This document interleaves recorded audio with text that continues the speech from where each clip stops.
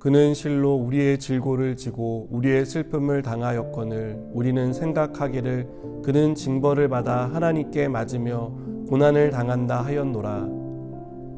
그가 찔림은 우리의 허물 때문이요 그가 상함은 우리의 죄악 때문이라. 그가 징계를 받음으로 우리는 평화를 누리고 그가 채찍에 맞음으로 우리는 나음을 받았도다. 우리는 다 양 같아서 그릇 행하여 각기 제 길로 갔거늘 여호와께서는 우리 모두의 죄악을 그에게 담당시키셨도다. 그가 곤욕을 당하여 괴로울 때에도 그의 입을 열지 아니하였으며 마치 도수장으로 끌려가는 어린 양과 털 깎는 자 앞에서 잠잠한 양같이 그의 입을 열지 아니하였도다. 그는 곤욕과 신문을 당하고 끌려갔으나 그 세대 중에 누가 생각하기를 그가 살아있는 자들의 땅에서 끊어짐은 마땅히 형벌받을 내 백성의 허물 때문이라 하였으리요. 그는 강포를 행하지 아니하였고 그의 입에 거짓이 없었으나 그의 무덤이 악인들과 함께 있었으며 그가 죽은 후에 부자와 함께 있었도다. 여호와께서 그에게 상함을 받게 하시기를 원하사 질고를 당하게 하셨은즉 그의 영혼을 속건제물로 드리기에 이르면 그가 씨를 보게 되며 그의 날은 길 것이요 또 그의 손으로 여호와께서 기뻐하시는 뜻을 성취하리로다. 그가 자기 영혼의 수고한 것을 보고 만족하게 여길 것이라. 나의 의로운 종이 자기 지식으로 많은 사람을 의롭게 하며 또 그들의 죄악을 친히 담당하리로다.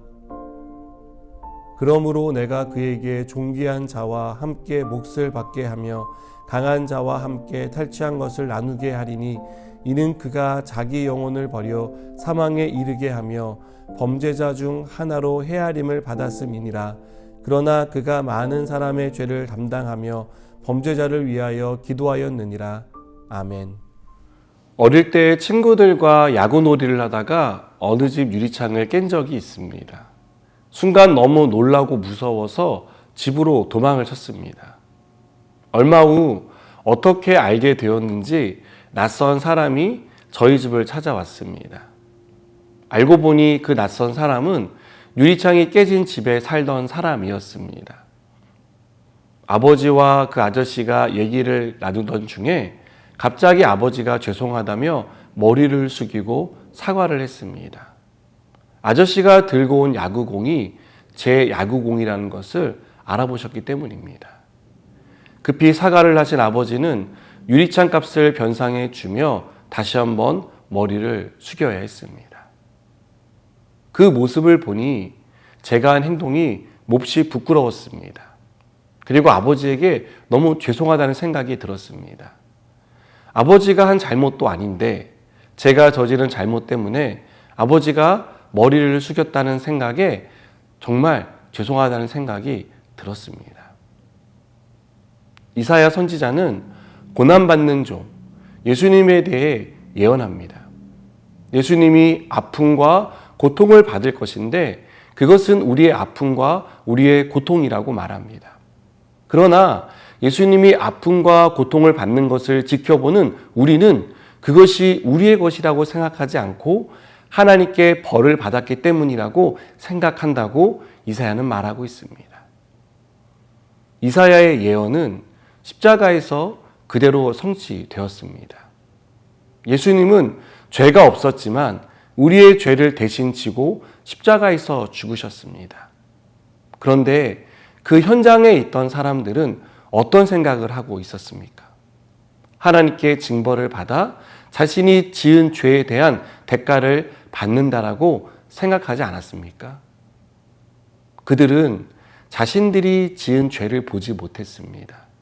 자신들의 아픔과 고통을 알지 못했습니다. 그래서 예수님이 십자가에서 무엇 때문에 죽는지 알 수 없었습니다. 이사야는 예수님이 십자가에서 아픔과 고통을 감당하신 이유가 바로 우리 때문이라고 말합니다. 우리가 지은 죄, 우리는 미처 깨닫지 못했지만 평생 지을 수밖에 없고 해결할 수 없는 우리의 아픔과 고통 때문에 죽으셨다고 말합니다. 우리는 잘못된 길을 걷고 있지만 그 길이 잘못되었다는 사실조차 모릅니다. 죄악된 삶을 살지만 그것이 왜 죄가 되냐고 반문하는 뻔뻔함을 가지고 있습니다. 다른 사람의 죄와 내 죄의 크기를 끊임없이 비교하고 내가 지은 죄는 결코 크지 않으며 죽을 만한 죄가 아니라고 변명합니다. 우리는 절대 우리의 잘못을 인정하려고 하지 않습니다. 그래서 주님은 이런 우리를 위해 십자가에서 죽으신 것입니다. 우리의 힘으로는, 우리의 의지로는 절대 인정하지 않고 굴복하지 않을 것을 아시기에 우리를 대신해서 십자가에서 죽으셨습니다. 그 죽음을 통해 우리를 허물과 죄로부터 구원해 주셨습니다. 여러분, 예수님은 이렇게 우리의 아픔과 고통을 지고 십자가에 달리실 때 어떤 변명도 저항도 하지 않았습니다. 잘못된 절차에 따른 잘못된 판결에 대해 예수님은 아무 말도 하지 않고 묵묵히 따랐습니다. 예수님이 이렇게 하심으로써 하나님의 뜻에 순종하신 것입니다. 이사야는 이 모습을 마치 도수장으로 끌려가는 어린 양과 털 깎는 자 앞에서 잠잠한 양에 비유합니다. 하나님의 뜻이기에 그 길이 어떤 길이고 어떤 고통이 따를지 알면서도 순종하셨다고 말합니다. 여러분, 주님이 이렇게 하나님의 뜻에 순종하심으로 우리는 하나님과 평화를 누리게 되었습니다. 이 평화는 더 이상 십자가의 원수로 하나님을 대적하는 편에 선 사람이 아니라 하나님의 사랑받는 자녀요 하나님의 가족이 된 것을 가리킵니다.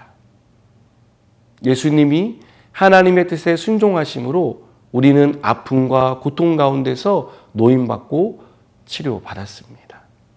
사랑하는 여러분, 예수님은 십자가에서 죽을 만한 죄를 짓지 않았습니다. 예수님 자신을 위해서는 죽을 이유가 없었습니다. 예수님이 십자가에서 죽으신 이유는 단 한 가지로 바로 우리 때문입니다. 우리를 구원하기 위해 예수님이 십자가에서 죽으셨습니다. 우리에게 베풀어 주신 십자가의 사랑과 은혜를 다시 한번 우리 마음에 깊이 되새기고 부활을 맞는 저와 여러분 되기를 축복합니다. 기도하시겠습니다. 주님, 주님의 죽음은 우리의 죄악 때문임을 믿습니다. 그 죽음을 통해 우리가 평화를 누리고 우리가 나음을 받았음을 믿습니다. 이 은혜를 생각하고 감사하며 살아가게 하여 주시옵소서. 예수님의 이름으로 기도드립니다.